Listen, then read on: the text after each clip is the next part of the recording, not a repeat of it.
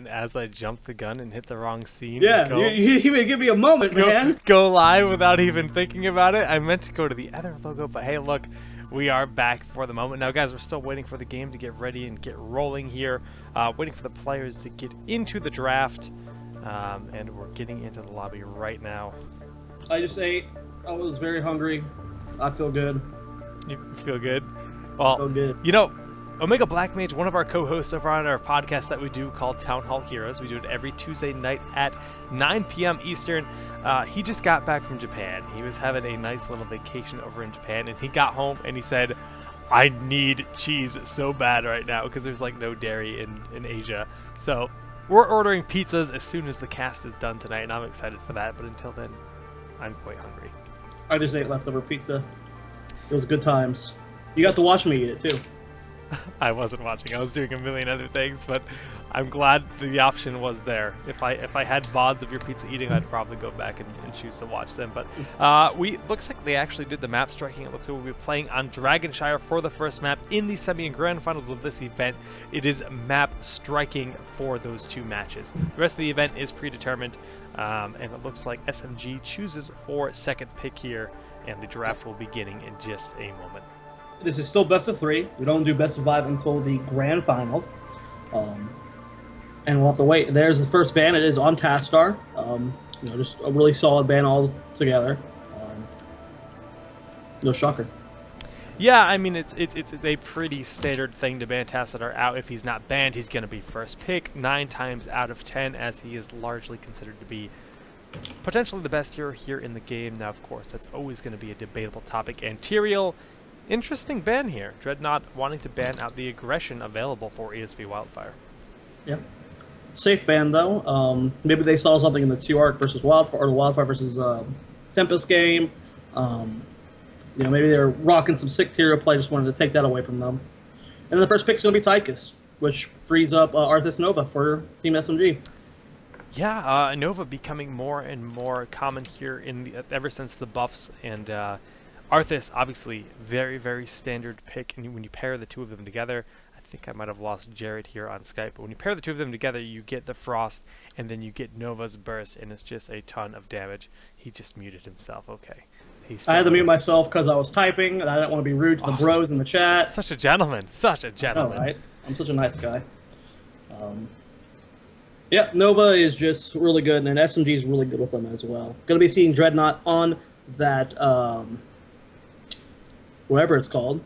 You know what I'm talking about, Arthas. And then we'll probably see Arthlon on Nova. You know what? It's entirely possible that we'll see that, but at the same time, it's very likely that we'll actually see a Nubarak as well, because they do run a Nubarak with Arthas quite often, and you could see Dread on either Arthas or Nubarak. So it's hard to say that he's going to be on him for sure, because I believe Soldier is in fact here with us. I don't think... Yeah, Soldier is playing. I think they had to sub out for Soldier for the first few games. A player named Bash was subbing for Soldier for round 1 at least. And but it looks like he is here with us. Says there are 2 members offline right now. I'm not too sure. That might be a graphical glitch as well. 3 members offline, according to the game. Yes, Uther Nubarak. So Pickles is actually gonna, well, not Pickles, but Wildfire going to be grabbing a Nubarak on their side, knowing that SMG quite often does like to run Arthas and a Noob as a pair.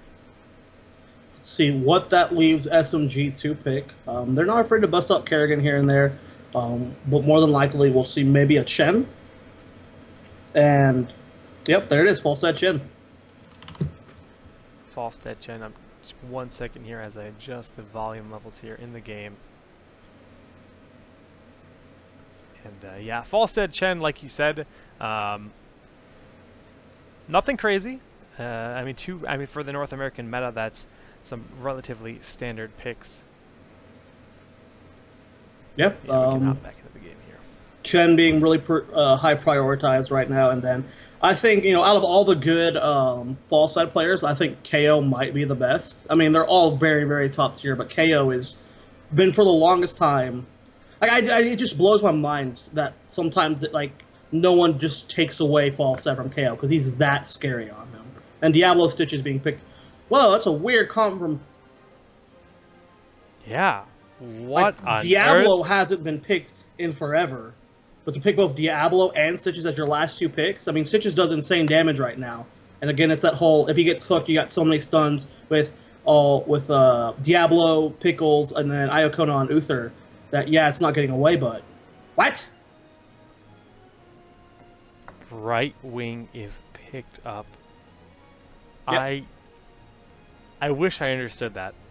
Right wing is really solid right now because of the double global presence, as well as Dragonshire being a great bribe map. And then, let's say that the hook does happen to hit on Brightwing. You have the Emerald Wind option there as well. I'm okay with the Brightwing pick right now.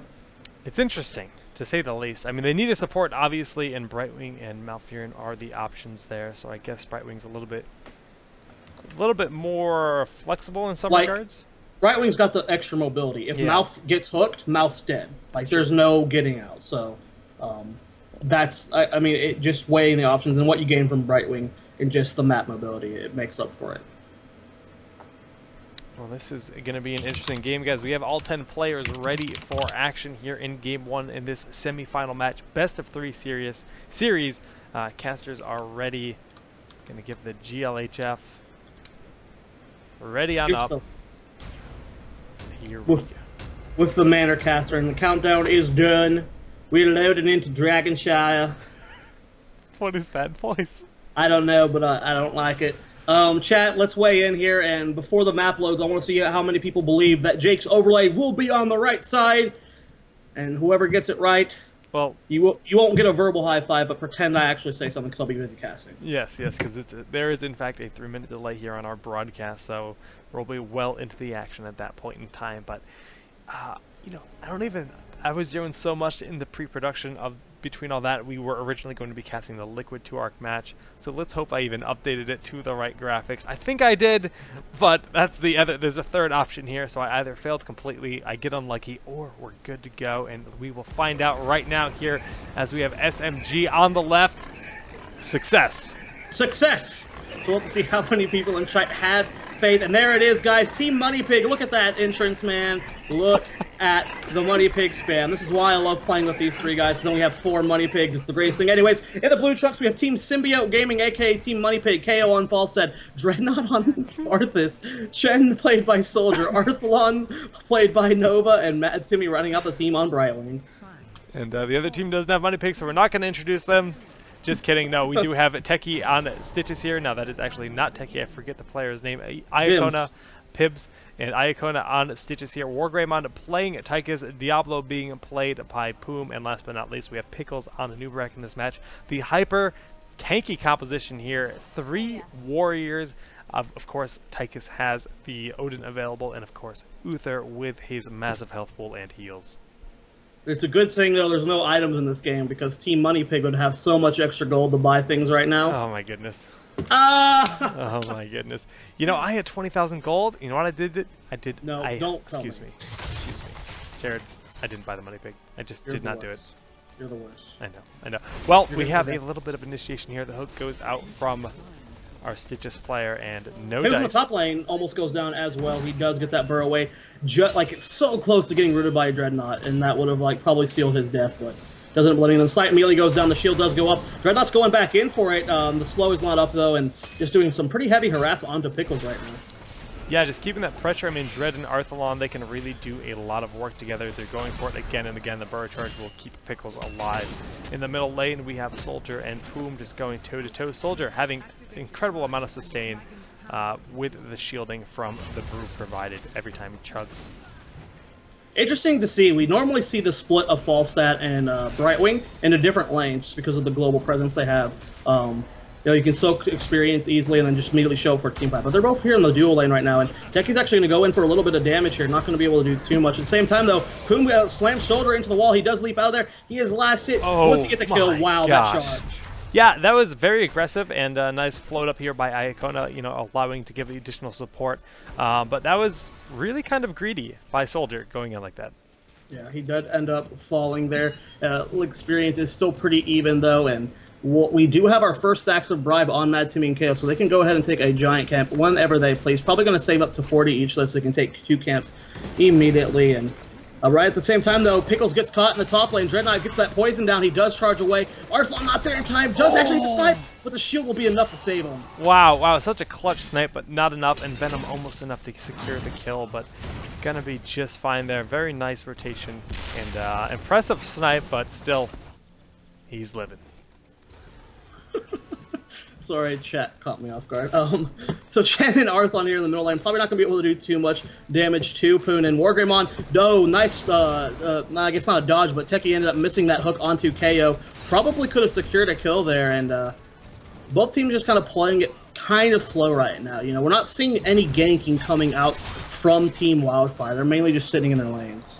I mean, Arthlon has been floating left and right, but when all of your targets are tanks, it's going to be pretty hard to secure that gank. Yeah, it's, he's doing a good job of harassing the Shen, and actually Dreadnought going in on Pickles. The towers are already out of ammo, so the aggression in that lane can be pretty hard. Arthlon is floating up to that top lane. Wargreymon going on KO, the hook wasn't there to land it, and we're immediately seeing Mad Timmy starting the Giants, not using any of his bribes just yet, and Soldier's going to come down to help. Yep, I mean, nice grabbing the Giants there. One bribe stack is used as the other Giant will be burned down. More and more players are starting to just utilize the one bribe stack while you kill the other Giant. It's a really good way to just keep the flow of the bribes going throughout the game. Oh my gosh, a nice pickup there on Mr. Pickles, killing the Nubarak, removing him from the fight for a little while here. 10-second death timer, not going to be too long on the death. And we have an option here for a little bit of aggression with these Giants here pushing in the bottom lane, and Arthlon continuing to rotate around. I hate the fact that we have two pro players with Pickles in the name, because you call them Mr. Pickles, and I was like, Mr. J. Pickles isn't on this team. Oh, wait, he's just saying, you know, Pickles Mr. He's being polite. And Pickles, why are you doing this in the same name? Yeah, it does get a bit confusing, and I suppose that was a poor choice of introduction for Pickles there. But we have the 4 Giant Camps attempt here, but with the Clairvoyance, I mean, SMG doesn't want to commit too hard to this. Oh, Soldier not going to be able to get that Dragon Knight loot, but his team is rotating up. Diablo trying to take that top lane. Will Poon be able to delay it? Soldier's going for the loot here. The team is zoning well, and he should get that. No, that's stunned. Oh my goodness. But Techie, he's got to back up here. The Stitches player taking a lot of damage. Why isn't Diablo looting the shrine? Poom had so many opportunities in the top lane. He kept walking up to it and then backing off. Why didn't he delay that? He had so much opportunity to do it. I really think he thought it was gone, and I thought he needed to rotate, and he wanted to optimize his time. But really, yeah, that is definitely a mistake, a little misplay there. Have the rotation around here. The hook is going to be available for Stitches, but actually going to be backing off as Arthlon pressures with Nova here. Wow, Dreadnought doing work in the top lane by himself. Yeah, the towers are complete out of ammo. I mean, Arth is the best one of the 1v1ers in the game with so much healing. Soldier getting a lot of damage on him right now. What he mainly wants to do is just take down this wall, though. Early DKs very rarely take a fort anymore. Almost Taking never, one wall yeah. is good. Yeah, getting a wall is really quite good as it is. I mean, it gives you the little bit of aggression and little opportunities to dive a little bit harder on that middle fort. You can try to do some extra damage here on the keep, or the fort here, excuse me, but I don't know how much is going to get done as the Dragon Knight is going to run out of time in just 1 second. Yep, good amount of pressure with that Dragon Knight. At the same time, Dreadnought, KO, and Soldier and Arthlon are all here to start taking the night camps, and if Brightwing needs to teleport up, she can. Actually, no, Brightwing just fell at the Giants. I don't know what just happened. I think a cat just broke Jake's computer. That was a crazy sound. Was there a crazy sound? I actually didn't hear it, but I could have sworn I heard a crash, but maybe I'm just crazy. Soldier has to use this rope to get out of there. A Shotgun is going to secure the kill on Poon with that follow-up from Arthlon on that precision strike, and a kill for a kill as Brightwing was dead before that fight, immediately teleporting in to heal up Arthlon. The hook does not hit anybody there, and the Knights go over to Team Money Pig. Yeah, nicely done. I mean, Brightwing obviously overstepping her bounds a little bit, you know, getting in the front there. Mad Timmy trying to grab their forward Giants, and he did, in fact, lose his life for it. Doesn't matter too much, though. The Knights were successfully taken by SMG, and they continue to have a nice slight lead here at the 6-minute mark in the game. 1 level lead right now. Going to try and push that. They are taking their own Knights right now, doing a good job of controlling the map. Haven't seen a really big team fight just yet. We'll have to see where it is for us. Arthlon's going to come scout down here, and he actually ends up getting hit by a fire, and will the hook land? No, Poom ends up going for the clone there. Nice save there from him. Going to put a little bit of light pressure on him. The only one that's not here is Dreadnought. At the same time, Nubarak is in the top lane, though, so if they want to fight this, they can. Soldier goes in. Poom taking some light amount of damage right now. There is the precision strike. Going to hit 2 people of Team Wildfire, but, oh, a big hook onto Arthlon. Yeah, and they actually have to rotate down here to get him out of here. Dreadnought is in fact here.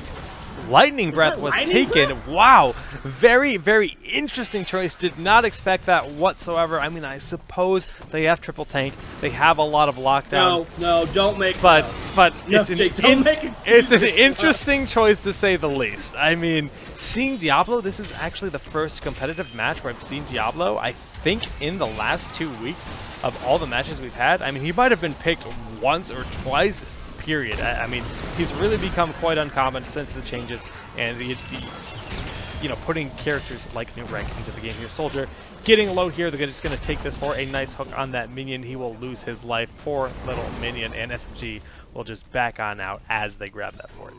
I can understand why you would want more damage, but just take Pushard Bile on Stitches and still take Apocalypse. I mean, I do not disagree with you in the least bit. I agree. That's actually. just okay, I'm going to keep an eye on Poo, man. This is going to be exciting. And Teki actually gets a lot of damage on the final goes down. Here's the precision strike. A lot of damage goes down, immediately evaporated. Odin is used by Wargaming and backs off. Pickles immediately getting segregated from the rest of his team with that Emerald when he's at less than half health. He is going to go down to Arthlon, and then the Brightwing chase is going on right now. Dreadnought's going straight on the Wargamon. He's getting so low. Poom getting segregated as well, and he might end up falling. Looks like 2 more members will fall. No, Wargamon's just barely going to get out of there, but Poom ends up going down. Iokona's completely out of mana, though. 3 members of Team SMG on him, and he does fall as well. SMG is going to put the pressure on. Every single one of those heroics were on a point. We saw the Shock and Awe paired with the Precision Strike just doing massive damage, and the Emerald Wind was just absolutely perfect. Beautifully done by SMG. That was just like, there's no other way to say it. That was the perfect team fight here. Looks like Teki might try to go for some sneaky hooks here. Might be able to delay Mad Timmy. Mad Timmy does end up seeing him, Soldier have to back off. The hook does end up missing. They're going to get out here just fine. Delays their back, which is annoying for them, but Arthlon's going to be taking that top shrine. KO already in the mid lane to be able to take that DK. If Arthlon can delay against Nubarak, nope, Stitches should be able to get the top lane before that is looted. He's trying, but nope, it will be canceled out. Just perfect timing there from Wildfire. Yeah, I mean, you know, nice reaction to come back and try to recover, get their footing again here. I mean, SMG just going to rotate back. Brightwing get some mana. She can, of course, phase shift back wherever she wants to be. Excuse me, that was not her getting mana. That was Falside getting some mana, flying back on out. And this bottom lane will just be pushed back here. The Shrine going to be trying to be taken by Soldier. Soldier actually opting to get aggression here as we have a team fight.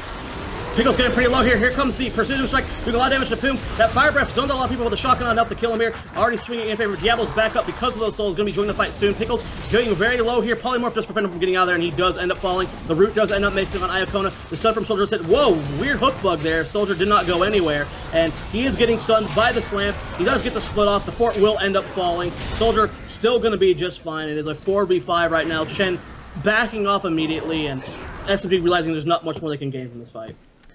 Yeah, I mean, they got what they wanted. They got a fort. They got a kill on Diablo and Anubarak. I mean, again, Lightning Breath, we said it was a weird pick, and it so far seems to be working against them as soon as it goes down, he can't move, and they're just burning him down. The Shock and Awe doing a lot of damage.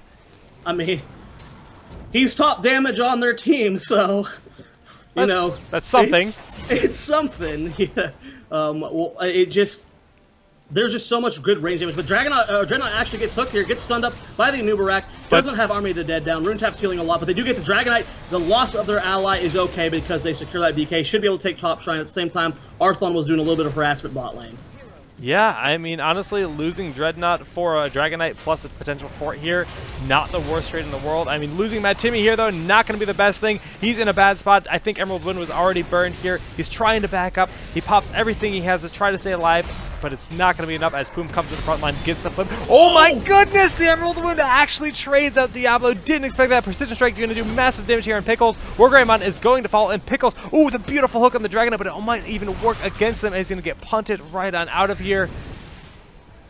I mean, being down your Arthas, this was a still pretty good trade, or I mean, a fantastic trade for SMG. Yes, it was 3 for 3, but they got the Dragonite. They're going to get top fort as well. They're level 16, almost level 17 to level 15 right now. SMG still has a dominating position in this game. I mean, honestly, they were down a man going into that. We can see that Pickles got out right there. They were down a man going into that, but they did have the Dragonite in their favor. I can't believe how long Brightwing stayed alive. Mad Timmy just managing to stay alive, popping everything he has. I would imagine he has regenerative rains here, keeping that healing on, pretty much burning every cooldown, and then I could have sworn, I'm like, look, he would have used Emerald Wind by now if he wanted to get out of this scenario alive. He used it at the last possible second, trading with the Lightning Breath Diablo and doing a lot of damage in the fight. Beautifully done. Oh my god, Lightning Breath Diablo. It's so bizarre to me. Jake, why is it happening? It's weird, but like you said, the damage here, 14,000 highest on the team, but nowhere near the damage that we have on both Nova and Fallside on the enemy side. Yeah. Good split pushing right now, or not split pushing, but push coming from SMG here. They have 4 Giants, and in 40 seconds they can take the other 2. They're going to try and take this top or bottom fort. One of the towers is already down. Looking at the heroics here, everything is up for both teams. In 10 seconds we'll have Locust Swarm, and then every single heroic in the game will be alive. Will SMG be willing to push this all the way? Well, it's at that 13-minute mark, which is like a sweet spot for SMG. They always get these big pushes around this time, it seems, especially on Dragonshire, and they like to try to end the game here.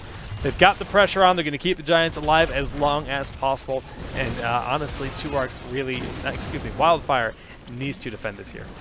Yep, they're trying their hardest right now. They're doing good AoE damage on the Siege Giants, which is slowly beating them down. Matt Timmy's passive is healing them up a little bit, but the damage coming out from Wildfire should be enough to clear this up before SMG can do anything. They're going to go top lane, looks like, to defend against the Knights, potentially take the Knights of their own.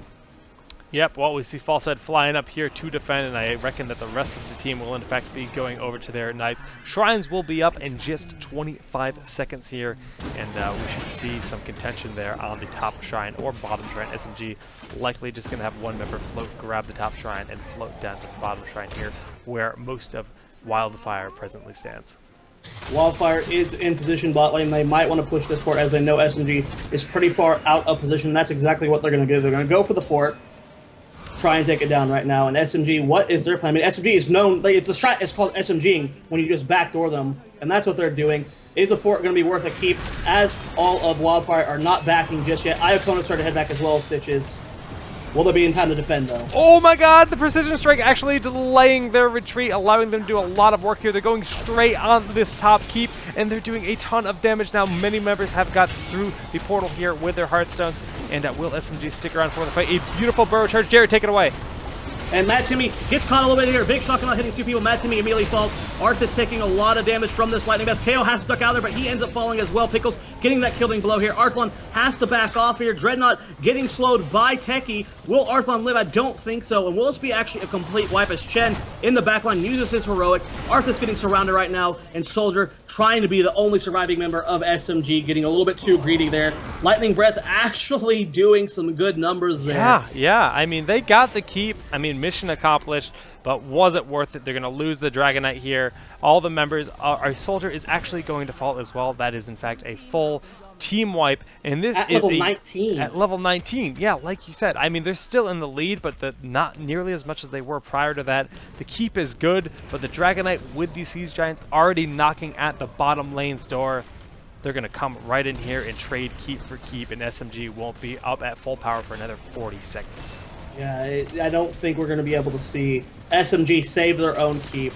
Normally, they're cool with these keep for, like, wipe situations, but it just happens so late in the game that 30 seconds still wait on Shen, and depending on how fast this dies, they might be able to push it even further. Take a look at the heroics for Team Wildfire.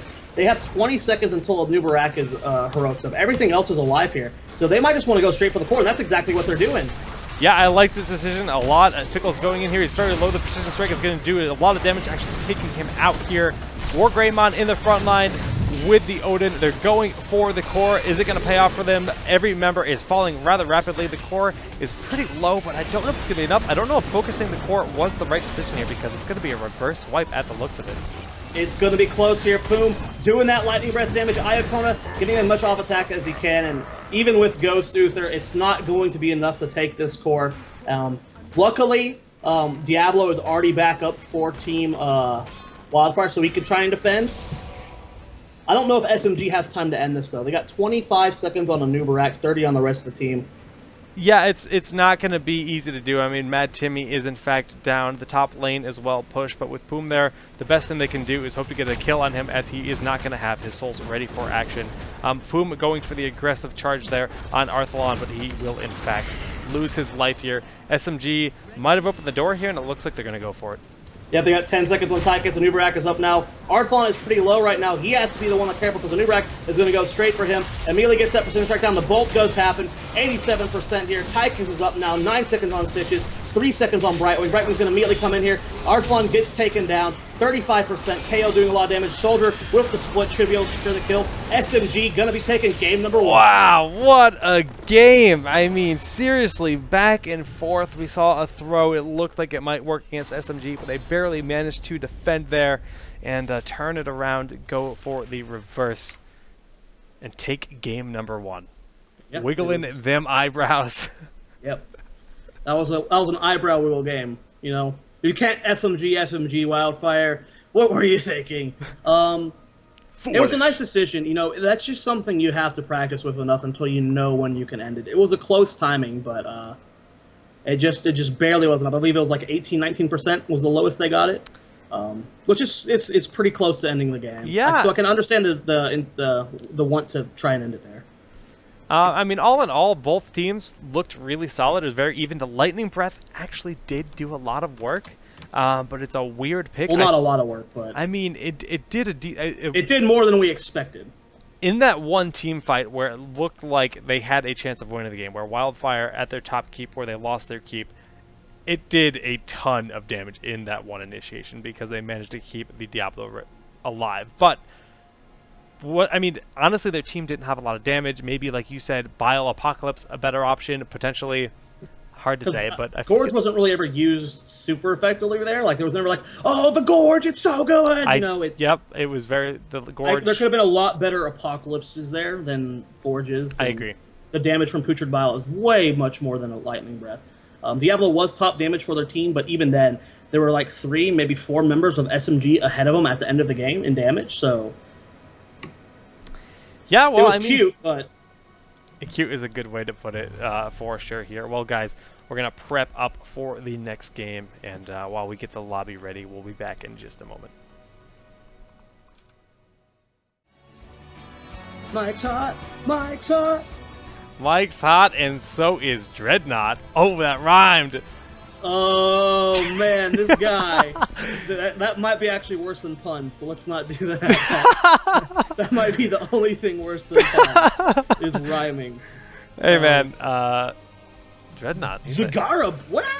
Wow, what? Yeah, we're just going to go right on over to the draft. A ban on Tyrael and a ban on Zagara. Very, very interesting. We are, in fact, playing on Garden of Terror, and they know that Arthalon likes to rock the Infest Nidus Zagara here on this map, and they're saying, look, we don't want to deal with that. We don't want to worry about that. I like it. I think it's smart. Yeah, I agree, too. This is a good Zagara map, and as you said, Arthalon Zagara is sick good, sick goes to, but we do see the first pick. It is going to be Tassadar for team Symbiote Gaming. Yeah, SMG picking up Tassadar. I mean, I know they value him as the best hero in the game personally, so no big surprise there. Just such a safe pick. And then Tychus Falstad is the counteract here from ESV Wildfire. Falstad, finally, a team takes Falstad away from KO. Yeah, that's a good point. Arthas Nova, wow, these are just boom, boom, boom, ready to go. Arthas. That's how SMG's always been, though. They just understand drafting so well that there's very rarely a moment where they have to think about it. They're like, oh, they picked that, well, let's just take these. They are. I hope they start streaming like their scrims and stuff, because getting to listen to them draft is like, it's crazy. It's like they all have like just a list of every possible scenario on their head, and they're just like, boom. They just know. They're like the encyclopedia. It's crazy. Yeah. That's the best way to put it. It's crazy, man. Yeah, man. From Wildfire, we have Tychus Falstad. I mean, we're gonna see like a tank and a support more than likely. I really just don't know what Wildfire's tank lineup is right now. I mean, we saw. I don't even know what to predict. It's hard to say. I mean, again, we're seeing Arthas Nova picked as a pair once again here, but I mean, on the other side, obviously, Nubarak is still always going to be an option, and we saw them play Nubarak once today, I believe. Yeah, we had Pickles playing in the previous game, so that's definitely an option. And denying a Nubarak from it's like a win-win because we can definitely see Soldier playing on Anubarak as his Anub is very. Even Arthalon plays a little bit of Anubarak, I believe. Yeah. They all are pretty well versed. They in competitive matches they don't try to get out of their roles too much, but they all play every hero just so they understand the hero as well as possible, which is a smart thing to do. You know, they don't just understand their role; they understand everyone's role. So you're good against that hero as well as good with them. Yeah, absolutely. And you know, this is a tough choice here for ESV Wildfire picking their next heroes in this match. This is do or die for them, as this is a best-of-3 series, so one more win from Symbiote will advance them here to a grand finals. They are back-to-back champions here. They won Kings of the Storm 2, and they won Kings of the Storm Weekly 2. Now, who won the first Kings of the Storm? I don't remember. It wasn't SMG. It was a very long time ago, yes. That was before they were around. That was a very long time ago. That was back when someone like me could take third place, so not very many teams were good. Okay. Chen Rhaegar, we're going to see, I mean, they're a really strong team together, and Anubarak, Malfurion, like I said, Soldier on that Anub, likely Arthas for Dreadnought here, and Malfurion. The amount of lockdown between those three heroes is actually disgusting. And, Stitches. Yeah. Stitches, that's what you're calling? Okay. Yeah. I can see it. Diablo. No! Stop it! Pickles, no! Poom wanting the lightning breath. He believes in the dibbles. He is, oh my god, he's got that master skin even. Oh my goodness. Sorry, Jared. Not today. 7 out of 10 so players good. already. They've got Nova and Malfurion, both without escapes, easy Stitches targets, and he's actually a good hero, guys. Diablo has really kind of fallen off. I mean, the change to his skulls, only being able to have that Souls. one soul. What did I say? Skulls, souls. Yeah. Yeah, I mean, he's really not the same. EU never really valued him as a big pick. North America thought he was good for a long time, but once that change came down and heroes like Anubarak were added to the game, we really don't see much of him at all, let alone Lightning Breath, which also did have some changes, but still quite interesting here. Well, 10 out of 10. My webcam was on because I've got the biggest look of disappointment on my face. Okay, oh. Just going to say casters.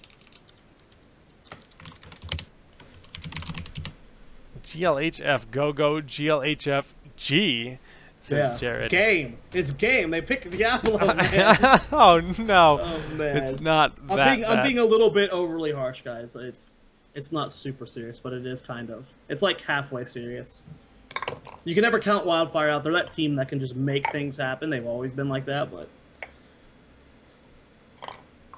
that Diablo pick. That Diablo pick, indeed. Your overlays will be correct. Oh, are they real? Are they true? They are real. Yes, we're good for game number 2. 2 games in a row, guys. Great success, and the Money Pigs. Only 2 KO. Yeah, Soldier's up Anubarak. Riding a pony, disrespecting his team. But we've got the double Money Pig making Jared a happy man, and we've got a pink bug here.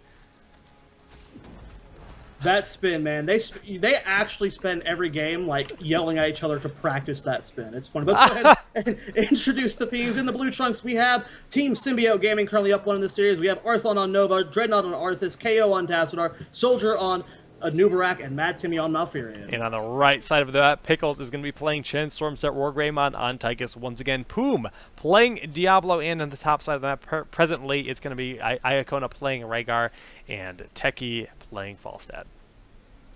Oh, man. We'll have to see if the Diablo will be enough this game. Gosh, he looks ridiculous on that little goat mount. Well, Diablo, Poom just sitting there waiting in the middle, but the Oracle going to give true sight, knowing exactly where everything is. And Poom needs to back off here as Dreadnought was in location. Dreadnought and Arthalon roaming around once again. Might try to get a pickup here as Pickles is around, but he's a hard man to kill, Mr. Chen Stormstout. Does end up seeing what's going on. Lands the root, do a little bit of extra damage. Wow, that root roll up from Mad Timmy, just putting as much pressure as they can on the Pickles, forcing him to tap well early. You know, Wildfire's never actually been a team that just super gank heavy, and that's why we're seeing that 2-1 split from them. They just like to push lanes, soak experience, and make sure they're safe against gank. When you have the 2-1 split with a warrior in the middle, all the lanes are pretty difficult to gank if they're playing safe. And it's really smart, especially because they do see the Nova in this matchup. They know it's going to be a thing that's present on the map at all times. And we see Dreadnought and Arthlon coming in here with Soldier. The root goes down. Is it going to be enough? The spikes, the burrow charge, securing this kill on Icona. Very, very nicely done. Everything was right on point. Soldier actually missed the spikes there. And if he would have gotten away, that would have been the most saltiest team ever. They ended up actually getting the kill. And the plants are up. Immediately, we see SMG taking both the top small camps. Yep. Again, Seed's 30-30 split is a pretty common thing, but Arthlon is down here hunting to see what's going on in the enemy jungle on the bottom half here. Pickles will be grabbing these, and Arthlon actually going in. No fear on this player right now. Nope, he is. That's Arthlon for you, man. He is just non-stop Pam, doing a lot of damage to Pickles here, and a lot of the Seeds are actually going to go over to Team SMG, so that means they can get a really early plant tear for not much work. And Poom getting caught out of nowhere, gets slowed by Arthas, gets hit by the root. Iocona tries to save him, but wow. Second blood going to SMG. I mean, Arth intimidating them out, securing the keys for SMG, and then picking up Poom as he tries to rotate behind while his team fell back. Now they have this plant tear that they can pressure, likely get the Seeds here. Honestly, ESV Wildfire is in no position to go get their Seeds presently because they've got Tychus in the bottom here, as well as Pickles here on Chen. And this first plant terror will fall as Clairvoyance goes down, giving ESV Wildfire vision. And actually, yeah, they're going to back here. Yep. All of Wildfire actually came down here. Low one here for SMG is Nova. On the way down, though, and they're going to secure the rest of those Seeds, 65 to 54. If SMG can secure the entire top plant, they will be able to get a plant terror this early, though. Yeah, that is enough, but ESV Wildfire is well aware, and we can see every single member except for Tychus is rotating up right now. They don't want to give that up. This is the obvious play. Arthlon waiting to throw some snipes out, forcing Rhaegar back a little bit here. Planter still has a lot of HP, and surprised Tychus is not on his way up, soaking this bottom lane, getting that XP, putting them in the lead at this point in the game. Yeah, and that plant tear is going to fall, and it will give them that early plant tear. We'll have to see who gets into it and how much damage they can do with that. They have fallen behind slightly on experience because they haven't been soaking lanes, and they're immediately going for the Knights on the Wildfire side of the map. Yeah, I think they realize that their jungle is going to be getting taken right now, and they're saying, fine, you know what, you want to take our mercenaries? We're going to take your mercenaries. Just trade Merc for Merc. And with these Mercs pushing, they can actually go back and grab their plant tear at their leisure within the next 50 seconds. Let's see. Level 7 is coming soon, and that's, again, a huge talent treat for Nova, getting that hot shots. And that's when Wildfire's got to be really nervous pre-10. They can't be getting ganked pre-10 once Nova has that hot shots. And it's going to be really hard for them to keep alive. But here comes Dreadnought, lands the polymorph on 2 people here, going to start wailing onto Pickles. Where is the rest of SMG? 3 members pushing top lane right now, going for a fort for 4. Yeah, I mean, I really like this play. Dreadnought immediately threw the W down on the mercenaries, just completely removing the Knights in about 2 seconds there. Shows how strong the plant terror is for defensively against any kind of Merc or minion pressure on the map. SMG getting a lot of work done here on this top fort. Honestly, they're going to take it free of charge while Dreadnought continues to pressure here with the plant terror. He's got another 40 seconds left on it. 90% of his health, 70% of his health. It's falling pretty quickly, but he's going to try to continue to defend the bottom half while the top fort has going to fall right now. Yeah, and he should be able to do that just fine. It looks like SMG wants to take this a little bit further. They really enjoy just taking as much damage on a court or keep wall like this, so they can backdoor it later. Yeah, open up that opportunity for a future position. These guys all need to back here. All the members of ESV Wildfire wanting to back Dreadnought, making sure they can't hearth without being behind the wall. Nicely done. The plant terror is going to run out in 5 seconds here. He's just going to throw down a few smacks on these minions and back on up as he's going to be alone out here. And we can see they already did a good amount of damage to this top wall. Yeah, definitely a more valuable trade there for Team SMG. They didn't lose their fort. They took one of their own, and they did a good amount of damage to the wall, like you said. Here comes a lot of Team Wildfire, though. It's 4 versus 3 right now, with 2 members of Team Wildfire down below. And will SMG be willing to force a fight here at the Giants? They do have the Taskar trade down, so they do see that Pickles and Wargamon are coming up from below. Plume's going to go straight in here. Will he be able to do enough damage? He is getting a lot of hit on him, but not hot shots. Pickles is way in there deep. They don't have heroics yet. Chen normally can't go this deep until they have the hook. He does leap out there. The dot will not kill him just yet, but Soldier is wailing on him. The fight for the Giants continue. It does go over to SMG. Soldier has to back off there. He does end up barely making it out of there. Wow, that dash was so clutch there. Boom getting so low, he will end up falling. Pickles finally going to go down here too. Looks like KO and Arthas, and wow, suddenly a 3-for-0. And then there's the precision strike. As level 10 is hit, Wargreymon does throw down the grenade, but will it be enough? No, he's definitely going to fall to this Arthas. Well, we see the Falls barely getting out using Fly, of course, but Wargreymon getting the chase, or getting chased, rather, by Dreadnought. And yeah, he's just going to walk right on into this tower, lose his life. He delayed for a little while here, but honestly, nicely done by SMG. I love the Burrow Charge escape by Soldier, barely making it. There was just a small, like, if that was like a replay ESPN highlight, that would be it. There was like just so little room where he could actually land that charge and make it into that hole. I mean, that was just the most impressive play I've seen on a Nubarak, just knowing he can make it into that little hole. That was yeah, sick. just utilizing, it's a different way to use the hero, because the Burrow Charge can be used, of course, rather aggressively, but he actually flanked, getting a lot of stuns down with his Impale, and then escaping using the Burrow Charge. Beautiful play, just diversifying the way to use Burrow Charge, for sure. Yeah, and now this is going to free SMG up to get their second plant tear in the game. And it looks like Wildfire is going to be wanting to take that bottom fort. They are going to get that. Nubarak does end up backing off. He's going to go into their own plant tear. And SMG, that looks like they might want to push top lane. No, they're going to go respawn and fight for that plant tear. Hopefully force or prevent Wildfire from getting a plant tear of their own. Yeah, I mean, their tear is going to be growing here in 3 seconds. Looks like Soldier's opting to not grab it, even though he was back at base. SMG in position here to defend, or actually assault, at this terror. And Poom's going in. Yep, and there comes the precision strike. There's the follow-up, shocking off, doing a lot of damage to both teams. Soldier immediately has to get out of there. There's the lightning break, doing a good amount of damage to Mad Timmy. Did not take Tranquility, gets the silence up. Poom getting so low in HP. He is so close to falling. Chen's already down as well. And it looks like it's gone in favor of SMG. A lot of them are trying to back off, though, not willing to force this fight quite yet. They only have 30 seconds to take their own plant tear, and that's where Nubarak is going to go loot that. Dreadnought gets caught here by Techie down to the south. He is getting wailed on, but nice slow there. Vault 4 does kind of happen. Poom goes for the charge, gets the slam, and Dreadnought not going to be able to make it out of there, delaying for his team as long as possible. But we see SMG is just immediately rotating to the top lane. They want to push this back. They have the Terror alive. They've got 30 seeds in their favor, but they're going to be enough. Could they be able to get enough seeds here from this bottom plant Terror on ESV Wildfire side to get their own plant Terror to defend? Yeah, and that's exactly what they're going to have to do here. Is SMG is going straight for that top lane. They don't have Arthas with them. It is a 4v5 right now, but SMG is just going to take down this wall as much as possible. SMG, I mean, they are just so good at forcing these situations where it gives them opportunity to backdoor. I mean, I cast a replay of them screaming against Liquid the other day, where Soldier solo backdoored as a plant tear, and when the plant tear failed, he killed it as Illidan. Like, these guys are just so good at just doing these backdoor plans, and that's what they're setting up right now. Yeah, we see most of the members here in the top lane. Plant Terror v Plant Terror in the middle of the map. And, you know, all the members are just posturing. Arthalon kind of overstepping here in a tight spot, getting burned down rather quickly. Backing up with a shock and awe is going to hit. And yes, Arthalon does in fact fall.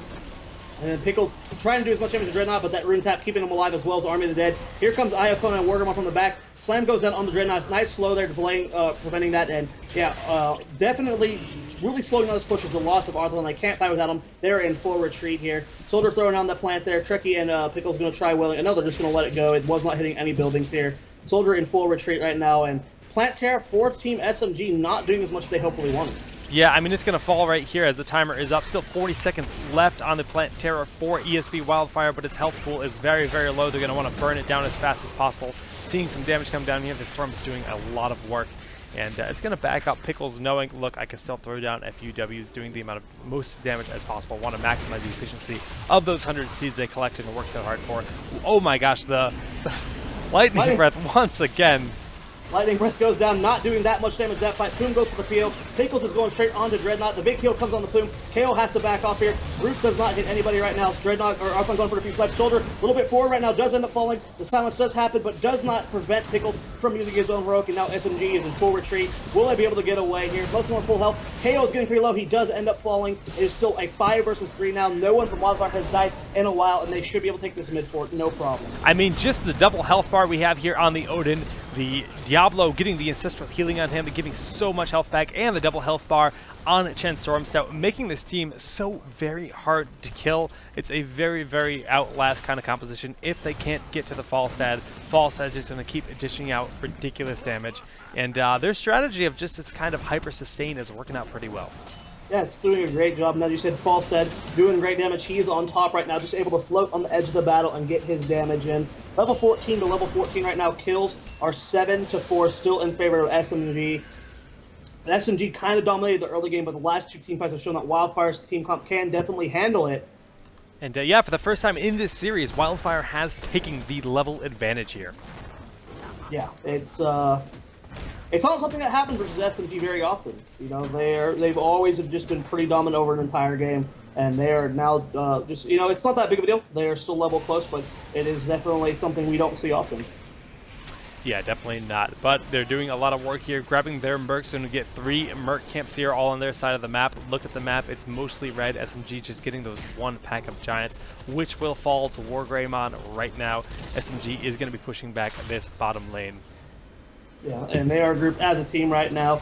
Both teams aren't spreading up, and here comes the nighttime. Both teams should be able to get another plant tear off of this if they go get the top and bottom side, and that should be the case. Yep, it looks like Pickle's actually going here on the plant terror right away. He wants to get those maximum seeds if possible. They know that they're in a pretty safe position, as it's very likely that the bottom seeds are being taken by SMG, which is exactly what is happening.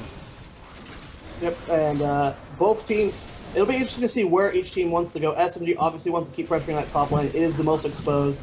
You know, it's a thing that a lot of players like to do from, you know, either from other MOBAs or it just feels like habit or something. They like to clear the entire map, you know, like, oh, we don't have mid fort, so we can't push top lane yet, or, you know, we need to take all the keeps before we can go for the core. SMG, they're a one-lane team, man. They will push one lane until they get to the core, no matter how many forts are up into the other lanes. You know, I like the decision here from ESV Wildfire to say, look, yeah, you're in the bottom, we took our stuff, we're just going to knock down this fort. I don't think they should continue pushing without their terror, and no, they're going to fall back very good here. And SMG has their plant terror marching on up to make sure this lane is pushed back, as again, throwing down 1W will clean up the Knights right quick. Yeah, it's a really, it's something that's really cool to see. Like, when people realize that would happen, you know, you don't have to use it just for pushing and team fighting. It's really good at cleaning those waves, and I like that teams are doing it. Yeah, it's very, very cool indeed. While we have both Plantaires here in the middle smacking away, it's like Rock'em Sock'em robots in the middle of the map. Some storms going down both players, both teams posturing. Poom goes for the knockback here. Dreadnought a little bit deep there. Poom is in a polymorph right now. Where is the follow-up from Team SMG? 2 of them are polymorph right now. It's so hard to fight in these plant terror versus plant terror fights because the polymorphs just constantly are taking out your members. KO is currently in one. He's taking a good amount of damage here. A big snipe from Arthon in the back though. Immediately evaporating attack gets no Odin was used. Iokona gets sniped on. He immediately goes in as well. There's the precision strike on Teki. He is solo. The shock and all does miss. Dreadnought goes for the chase here. Where is Soldier to follow up? No, Teki will end up living, which is actually Bims. Keep saying Teki. Taskar is the one dealing with the plant terror on Pickles right now. Arthon still full health. SMG's lost no members right now. Poom is getting pretty low here. Going straight for Arthon. Life Keepers goes down. Does not secure the kill though. Just barely less than Poom.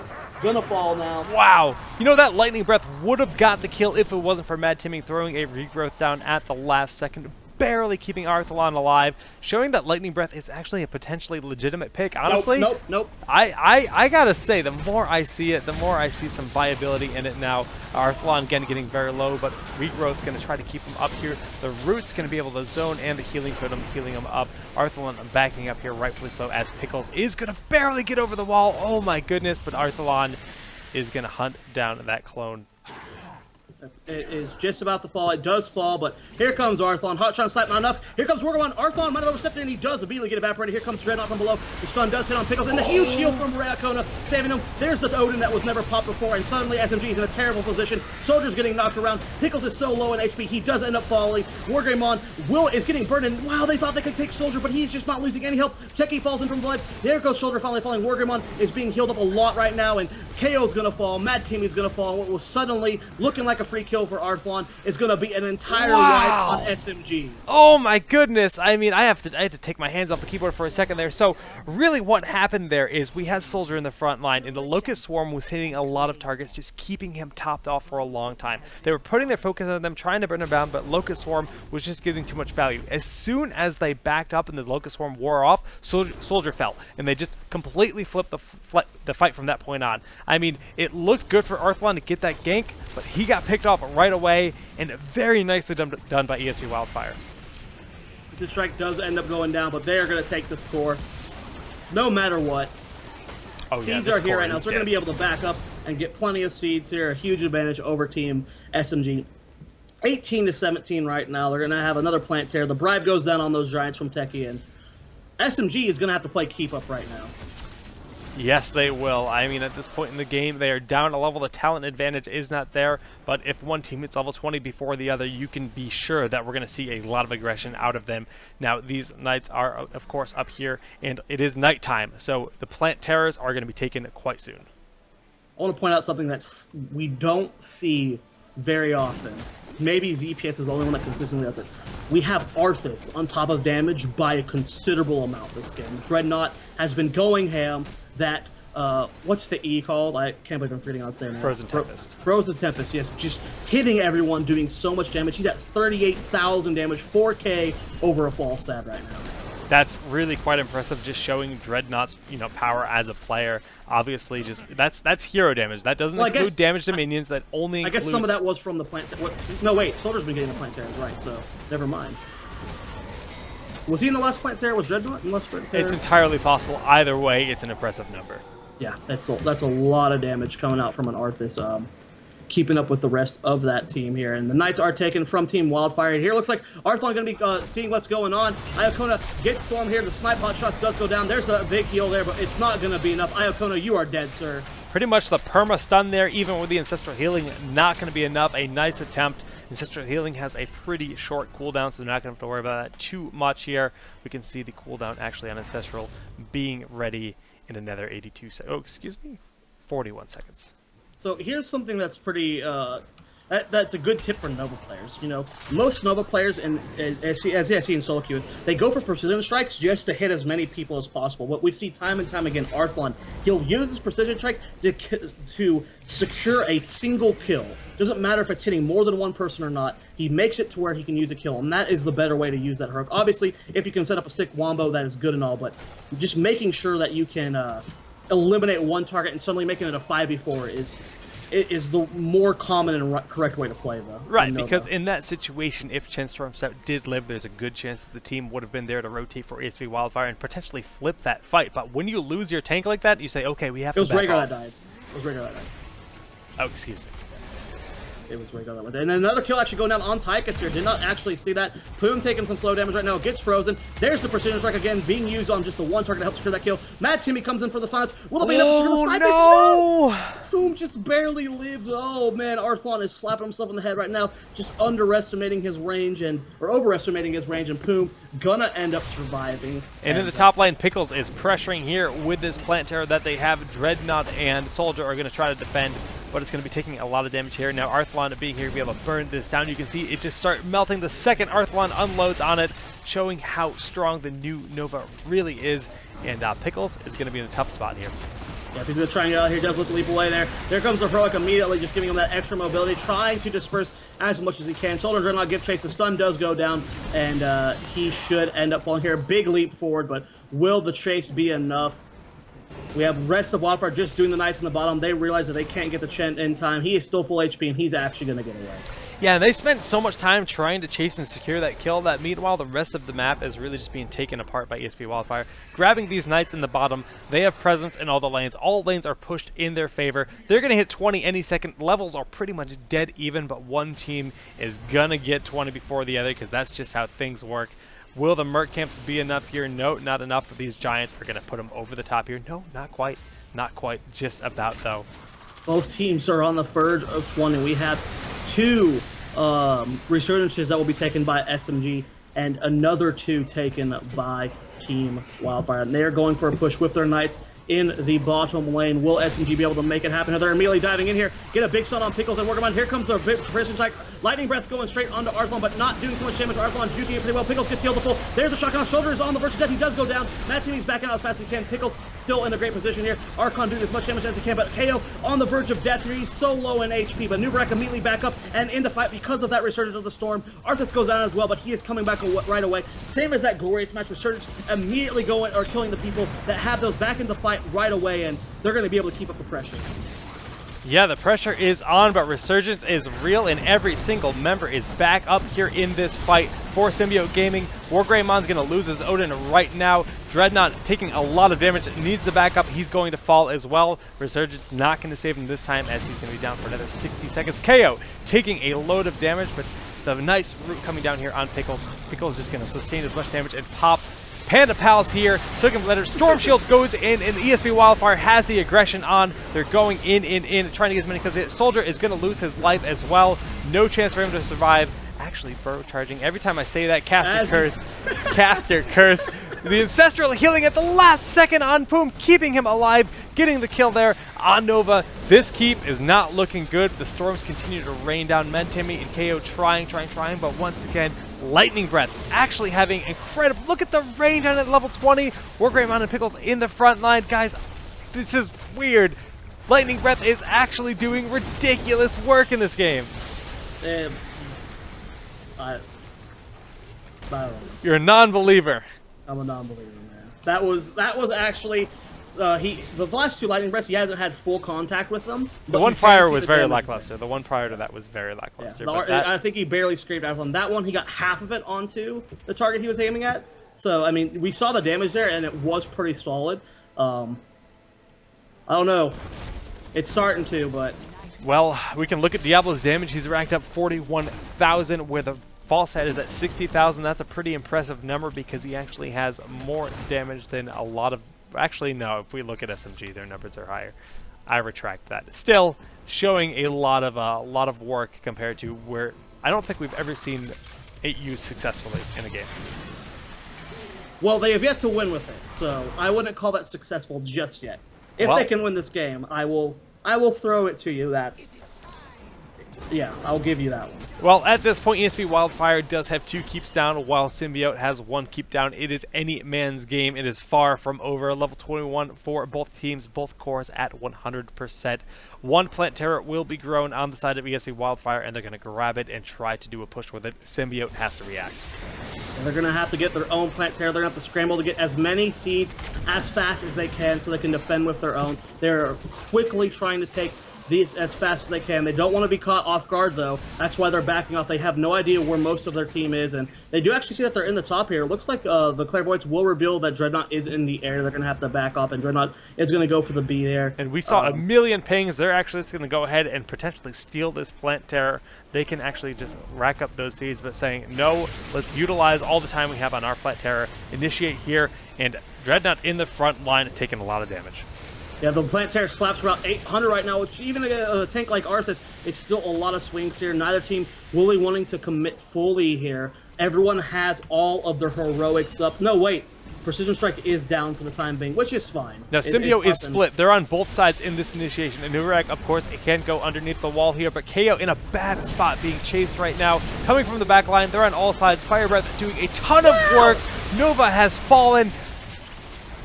That was an insane amount of damage. Archon got melted by that Lightning Breath. Pickle's going for the chase on KO. Archon barely keeps him alive, and the big roots from Matsumi saving him there. Trekkie is doing good work to Dreadnought. He ends up flying across the map to make sure he gets away. Soldier gonna fall here. And Dreadnought is in a low position as well. Nubarak's already back up as well as Arthas. They are still without that Nova for 40 seconds. Will Pickles be able to end? The core is so low, it's at 20% HP, and it is going to happen. Will they get the last 15%? The nuke does go down. They just target it down. This is an insane event, guys. In the history of SMG in tournament events, they have lost 4 matches. The 4th one being today. They are like 40-4. Wildfire taking their first match ever against SMG in a tournament. So what did you say about Lightning Breath? Let's talk about that ability. Let's talk about Lightning Breath for a little bit here, Jared. Because I saw Nova, and then Nova got riggedy wrecked. She got roasted by the fire breath, and she was just removed from the fight. Boom, boom, boom. Time and time again, it seemed to just be getting those kills, getting the edge. Hyper sustainability ever since the supports were nerfed in the game. We've been seeing multiple warrior builds. They went for a very, very, very high tanky build with ancestral healing, and they just put on extra damage. You know, Symbiote is known for their ability to really just adapt, but it looked like Wildfire was adapting throughout the entire series as well. Both teams adapting to each other, and honestly, Lightning Breath was a big part of it. I'm going to have to watch the replays more, because I'm still...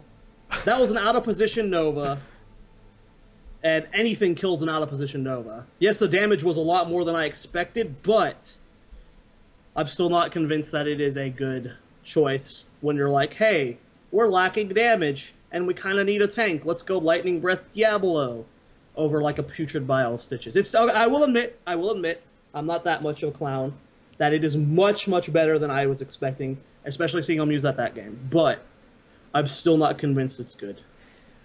Well, honestly, I believe this is definitely something they've practiced as they did run it two games in a row. I mean, they obviously have some confidence in it, and I've talked to Poom about Diablo in the past, and I know he's always been a fan of Diablo, so it's cool to see it happening. Yeah, I have no words. SMG never loses. Like, they've had 3 losses in total, and they never lost a tournament or like dropped a match. You know, it's just 3 losses throughout their entire every single tournament they've played, and now it's 4. Like, that is just... That's impressive on its own. Doing it with like a Lightning Breath Diablo just makes it even more impressive. That's just... I will also point out that Bims on Falstad didn't die that entire game. Wow, that's insane. No deaths. No deaths on Falstad, the squishiest character on their team by a long shot, having great positioning all game long. Very well done. That's a great thing to point out. I'm glad you did. Guys, we're going to be going to Game 3. This isn't over yet. The final game of this series to see who's going to qualify for the Grand Finals of Kings of the Storm Weekly number 2. We're going to go to a quick commercial break, but stay tuned because we'll be back in just a few moments. Guys, we are back here with game number 3 of the semifinals. And wow, what a series so far. Question, so our mics are hot now. I was going to make a pun using Lightning Breath that heated it up, but I don't know if Lightning Breath is actually considered like a flame. Like, does that heat things up? Like, I know electricity would like heat things up, but I'm trying to like I'm trying to work this pun, man. Like, is there actual like heating going on in the Lightning Breath, or is it just like shocking them to death? I'm confused on Lightning Breath. We would need so weird. An expert here. We'll have to ask Sham2 on Town Hall this week. He is the expert here of Diablo, so I don't actually have the answer, and I'm not going to try to answer it because I'm not interesting enough for that, apparently. Cursalo is the map choice. Bans on Zagara and Rhaegar. First pick going to Team Wildfire. And a ban on Rhaegar coming up from Dreadnought from SMG. That's...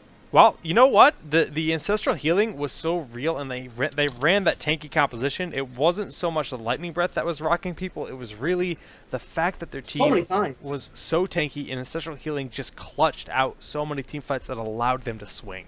That respect band, man. You got SMG's able to adapt mid matches, and they're like, you know what, Iacona, you're too good with that Rhaegar, man. You are keeping way too many people alive.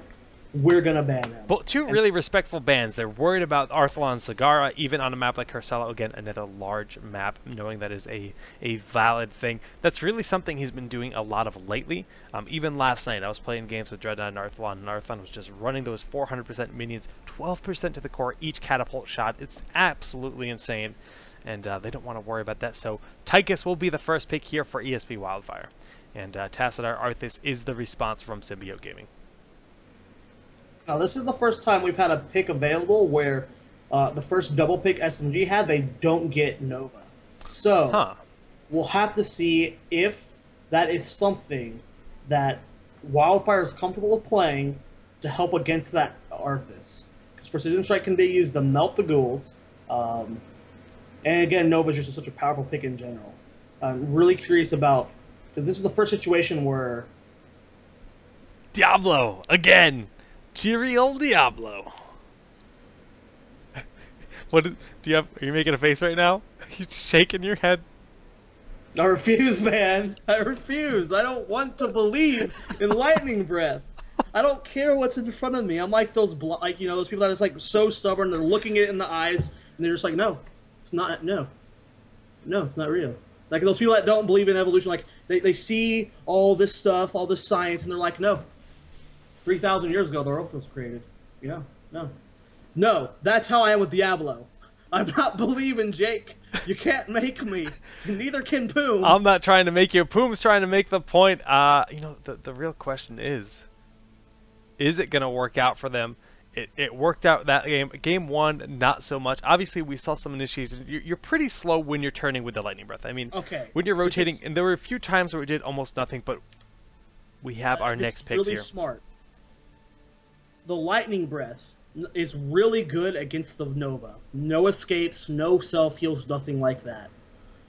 I think it's a really solid counter pick to Nova based off what the games we've seen. So I like the fact that Dreadnought and SMG are able to realize that and go with Raynor Falstad instead. That's a huge of point. The Nova. Yep. I really, really like that decision. Because I'm going to be honest, guys, I am like lightning burning trolling right now. If you can beat SMG with a heroic, it's pretty, like, they used it really well. Like, of course, some of the positioning, they caught Arthur in opposition with lightning, but it was doing well there. But I don't know, like, it is a Nova, and I think that's a good counter pick to it. I don't know how well that lightning breath is going to be against this comp. You have Arthas who's super tanky. You have Tassar with his E. You have Raynor with his passive that heals him up. You have Falsa with the tumble. As long as they pick a mobile support, potentially like a Brightwing, that lightning breath is going to be really hard to land on targets. Yeah, I mean, that's for sure. I mean, presently, we see that we do, in fact, have Symbiote sitting on Arthas, Falstad, and Tassadar. They've got 2 slots open. It would make sense to grab someone like Brightwing, as having the double mobility with Falstad and Brightwing is a really, really nice pair, and a lot of synergy is available there, but they do, in fact, need a healer. Uther, still available. Malfurion, still available, but you're right. Oh, the Brightwing snipe! Yes. Oh, man, they would have wanted to see that on SMG, but that's tough. So what do you go with then? Do you go with the Uther or the Malfurion as your final support? I would say the Uther. I don't know. That's tough. This is really tough. That was a really, really smart pick by Wildfire to grab the Brightwing and Stitches. Again, keeping that hyper tanky build. I mean, they have 3 warriors. Again, this seems to be their thing. And they have, again, Brightwing with a Tychus. So, wow. Very cool. Very cool to see this. So, looking at the update for you guys, TL ended up winning their Series 2-0, and then it is the Uther pick. So, Uther's a bit more tankier than the Malfurion, and his heals are instant, which is another big thing. So when the Lightning Breath is going down, regrowth is just not enough, because it doesn't do a big instant heal. Yep. So sometimes they'll die before they get out of the Lightning Breath range. So I like the Uther pick here, now that I thought about it a bit, more than the Malfurion pick. I don't know what to predict, man. These games have all been close. The first game was 19% damage left on SMG's core, and then they won second game.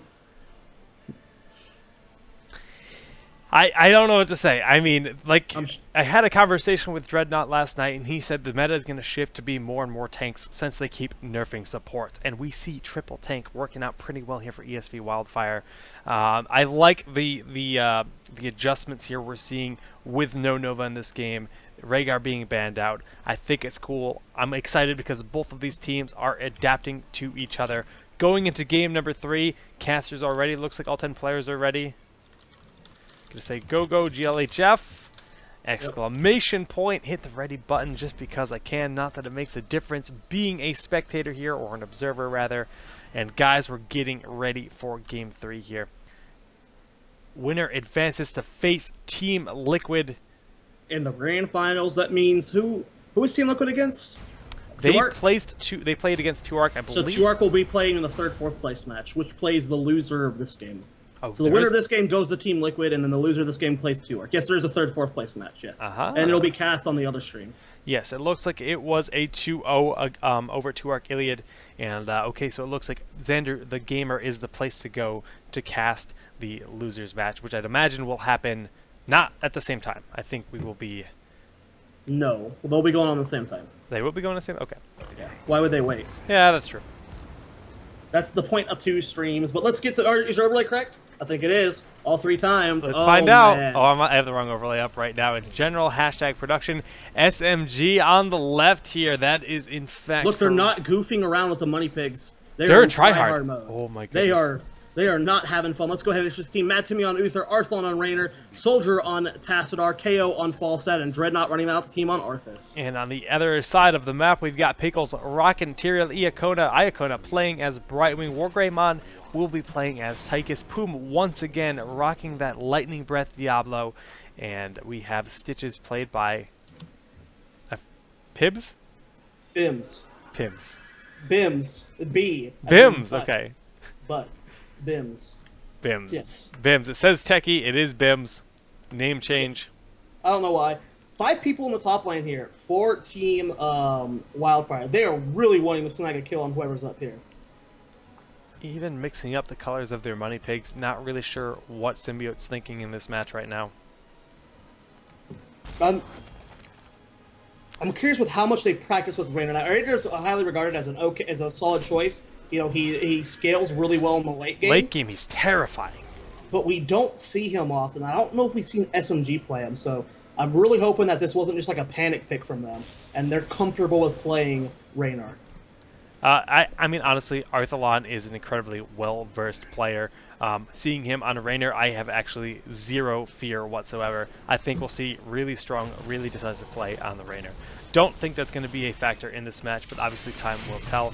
3v3 in the bottom lane here. Both teams have to worry about the hook, of course. Here it goes on Arthalon, actually doing a lot of work, followed up by the poly, but having Mad Timmy there and Uther going to be just fine. No one dying just yet. Nice poke through the wall from Arthalon, and it's just trying to go for picks here. I love how aggressive Poom's being in the mid lane versus KO. He's not out trading him, but he's trying to put potential damage on him for that Stitches run to come up, and Bims might be able to land something here. And the cool thing is if Bims can land a hook through that section, then Poom can shadow charge through, but gonna go in with a slam, gonna dash out there, no hook's gonna land just yet. Yep, nothing quite yet, but they're still there in position to maybe make something happen. Obviously, KO sees this happening and can dash behind the wall if at all necessary. Able to approach a little bit out here, having the minions to prevent the hook from hitting him, and just going to make sure he soaks this lane as effectively as possible. Dreadnought in the top lane, trading against Pickles, actually winning this fight right now. Dreadnought's Arthas is just sick overall. He's doing a great job up here clearing the lanes in the bot lane. Looks like we're going to be seeing both teams doing a lot of roam right now. The Knights are already been taken by Soldier and Arthalon. At the same time, we have Stitches going for the Giants on his side of the map. That's a weird time to start the Giants because the tribute spawning. Yeah, they're going to go for a bribe. It's a relatively early tribute, while spawning 10 seconds into its potential. Has a little bit about a 40-second window as to when it can open, and he's going to be a little late to that fight. Honestly, they're going to have to give it up. Not even going to try to here, unless they're going to try to stall. But no, they're just going to continue soaking all 3 lanes, while the Knights actually press down the middle. They're just going to burn them down. Yeah, but SMG is going to give this tribute. You know, too many players were out of position for that one, and that's fine letting the first one go. It's just one, and we saw in the Glorious games versus 2-Arc, where Glorious got the first 2 tributes almost free, and then 2-Arc came back and got the next 3. So, you know, letting go of tributes isn't the worst thing. Yeah, they actually were down, I think, 5 tributes to 2 at one point in the game. I mean, Glorious was that far ahead in the tribute count, but managed to clutch it back. And Soldier, getting flipped up to the wall and shadow charged way back in, but it is in fact Tassadar, and he's going to just back right on up. Yep, just fine. 3 people versus 3 people in mid lane. Both teams wanting to hit level 7 fast for the next tribute, and level 7 will be acquired first by Team Wildfire. SMG should hit 7 as well before the next tribute spawns, which gives Raynor Searing Attacks, which is his first like real break in damage, because right now his damage isn't that great, but when you get Searing Attacks, it does go up a decent amount and allows him to team fight just a little bit better. Yep, well, we see the Giants being taken on the top left side of the map here for SMG. Tribute is spawning in the bottom. Nice, lucky positioning here. Just, you know, the randomness of the Tribute. You never know where it's going to be, but having the Giants pressing the top lane while the whole enemy team is likely to be here in the bottom is very nice. What happened to Wargreymon? He almost got killed there by KO in the bot, but there we do have a fight going down. Dreadnought going for a little bit of delay here. Here comes Right Wing teleporting in onto Wargreymon to heal him up just a little bit, and then just another Tribute going in favor of SMG. Teams are going to go to their relative lanes. Actually, SMG is going to go for a quick Grave Golem here. Bims knows that this could be a potential thing going on, and he does come check over here, and all of Wildfire is in the area to collapse on this. Bims looking for that hook, but we see the Oracle going down. Hook gets the gun on Arthalon. He's in a bad spot here, polymorphed and just walking away while every member of SMG falls away from the Golem here to keep Arthalon alive. Very nice reaction, abandoning the Grave Golem. A lot of teams would try to get greedy with that. Yeah, a big hook comes out onto the Soldier. He's going to eat out of there. The push, great job from Arthalon using his quick Q to knock him back. KO in the mid lane cleaning up the Knights right now. Both teams level 8. Now, if Wildfire plays this right and soaks experience properly, they can hit level 10, and it might not be a guaranteed level 10 for SMG at the next Tribute. Yeah, I mean, that's absolutely true. I mean, level up almost here, or at least a good 20-30% up here on SMG. Their Golem is available. The Tribute will be spawning any moment here. And 2 Tributes in favor for SMG presently. But next, Bim is in a bad spot. He's going to get a lot of damage on him, likely going to fall here, actually cornering himself. And he will fall. Nice pickup for SMG right before the Tribute spawns. Not an ideal situation. And the RNG in favor of SMG, like the gods, they look down and was like, what, SMG lost the map? Well, okay, let's spawn it right on top of them when the team is on the opposite side of the map. Wildfire is nowhere near position for this. There is no way SMG is not getting this Tribute, and that's going to be a curse. This is like best case scenario. To get your Golem with the Tribute right next to it, it's literally the luckiest thing that could possibly happen on this map. That is a good point. Because pushing with the Golem here, they're going to get so much work done. I mean, Wildfire absolutely has to defend S5. 10's going to be attained by both teams in just a second here. And honestly, if Wildfire falls here, there's going to be, I mean, SMG's going to keep on pushing as far as humanly possible. They're not the team to play it safe. They're the team to do as much damage as humanly possible when they have the edge here. Even if the curse was to end right this second, it's got 40 seconds up on it, and the Grave Golem has taken no damage. SMG might actually be able to take this keep. I like this, though. Right. They're waiting in the bushes here. They're waiting to flank here. The Oracle goes down at the last possible second. Not going to be enough. KO taking a ton of damage. KO, I believe, got Gorge still alive inside the stitches right now. Ton of damage going down. Beautiful shock at all the Raiders. Raiders just raining down and carnage on top of everything. Iacona going to fall. Wargreymon's going to lose his Odin. Still has a lot of HP left, but 3 members of Symbiote have fallen here. The Golem still doing work. His health, it's not even touched. The curse, it's just getting maximum efficiency, and Arthalon and Dreadnought are just going to be able to push with this. They got 4 seconds on, or second on Diablo, 2 seconds on Tyrio. I don't think they'll be able to take this keep, but they're going to be able to put a good amount of damage on it. Diablo is coming forward, wants to go for that Arthalon. He has no mana, and he's going to go straight for the chase. Does end up getting dismounted, but not going to be able to pursue. The keep will be less than half HP, which is something Symbiote's going to be able to capitalize on later, but... I mean, 7-minute mark, the keep already taken this much damage.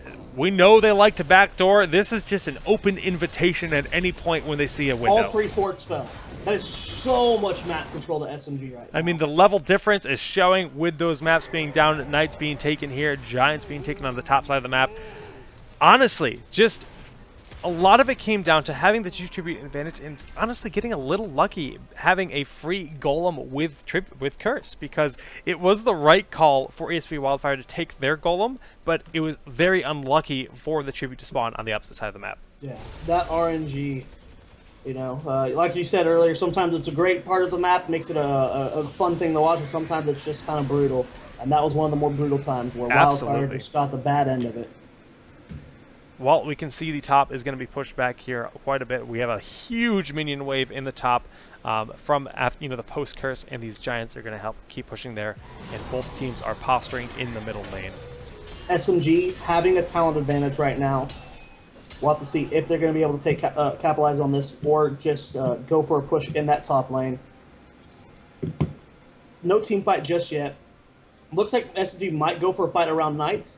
And Wildfire's just looking to see what goes on. They're going to go ahead and see. This is a huge wave of experience here. They clean it up immediately. Oh my god, that hook was so close to being shoulder. And as that happens, the rest of SB immediately reacts and goes straight for the Knights. Yeah, just the decision making. Okay, they're there. Let's grab the Knights and just back on off. Keep the XP, deny the XP from them, and have that extra push. And they can initiate with these Knights. It looks like Dreadnought wants to do that. Gorge goes down on false set. He does pop down in the back of the fight. Not where he wants to be. Polymorph does go down. KO is still alive, though. Lightning Breath doing a decent amount of damage here. There's a good shock and all, though, hitting 3 members. Cheki's going to fall here. And wow, did Wildfire mess up here? Did they overstep their bounds real quick? Is a 5 versus 2 or 4 right now. Odin being enough pressure right now to force them to back off. I thought I saw 2 people alive, but I guess just barely one of them got away. Arthas is too low HP. He has to go back. And SMG not able to push this further. They should be able to get this tribute, though. Yeah, they did get 2 kills there. Poom obviously having the souls, to Okay, respawn. that's why They almost got an additional kill on Brightwing, but it wasn't quite enough. But really nicely done, just a very decisive initiation. I like KO's positioning with that shock and awe from the top part of the map, doing a lot of damage. Like you said, Lightning Breath seeming pretty lackluster in that fight as he was burning on 3 people, but the sustain from Uther and Tassadar being enough to outlive that. Taking a look at the hero damage right now. We have 3 members of Team SMG by far in the lead with Dreadnought, Arthon, and Soldier at the top, and then we have Wargrim, Cheki, and Poom about 5,000 to 7,000 damage below them. Interesting to know KO's at the bottom right now, and he's just close to the very top. Interesting. He's just playing passively, and a nice hook there on KO, getting blown up a little bit, but with the Uther heal, he's going to be just fine. SMG going in hard here. The Lightning Breath is down once again. Man, Timmy's going to run. Oh, sorry. It was just funny seeing the Shrink Ray on the Diablo Lightning Breath. It did not look like I expected to be. Pickle's pretty low in HP. Arthon is out. I don't know if SMG can keep fighting. Army of the Dead is getting cleaned up pretty quickly. There's the Divine Storm. Shock and Awe finally happens, immediately evaporating both Diablo and Tyro. The Blast doing a lot of damage here, but all 3 of these members still good because of the shields. Wargreymon immediately losing that Odin, and then we're going to see Citruswall as well. They have 24 seconds left, and to pressure this war, it's only a Brightwing left. This keep is definitely going down. Oh yeah, they are on their little march here, their Money Pig march to this back keep. They want to take it down. Dreadnought's gonna not gonna run in without his buddies. He's gonna wait till Soldier and KO are in position, and this keep will fall right quick. Just gonna back on up here. The Giants are available. They still have a good 10 seconds before they have to worry too much. Will they take the Giants? No, doesn't look like it. Yeah, they're going to let that go. It's just a bit too greedy as everyone is coming back up. They don't want to lose that, and then they're playing super safe right now. They have a huge lead right now, 3 levels, about to be 2 levels. The Grave Golem, they're going to be taking that. They got 2 tributes. They're just playing their cards safe. They do not want to risk losing this match.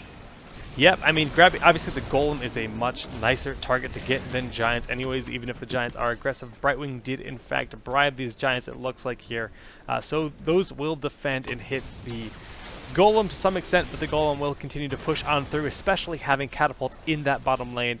We see SMG is en route to this top Golem, but they're not going to get here in time. And when they see it taken, they're probably not going to want to fight on top of it. Yeah, so let's go ahead and see what each team wants to do. It looks like SMG is just going to be taking care of that Grave Golem in the top lane. If SMG wins the next tribute, it's going to be super hard for Wildfire to defend. And they know they can get this next tribute just because Wildfire has to defend against the Grave Golem, or it's going to put too much damage onto the core. Yeah, I mean, they're up in tributes. The Golem has fallen, and they're all rotating here to this tribute that once again spawned in a rather convenient location for Symbiote Gaming. I mean, Wildfire cannot let this go uncontested, but will they make it in time? It doesn't look like it. Yep, they are going to get that, and another curse does happen. SMG, if they take both the keeps, they'll be pretty close to level 20, but SMG is just known for going for these big pushes, and even if they trade just barely and then do as much damage to the core and wipe, they're okay with that at this point, because they just have so much weapon. They haven't dropped a single fort. Dreadnought gets slammed there, but doesn't go over the wall like Poom wanted, and it is still... Hook does go knock him over the tower, ends up catching him, does not end up going all the way through. Yeah, man, base debris is just saving him in that situation.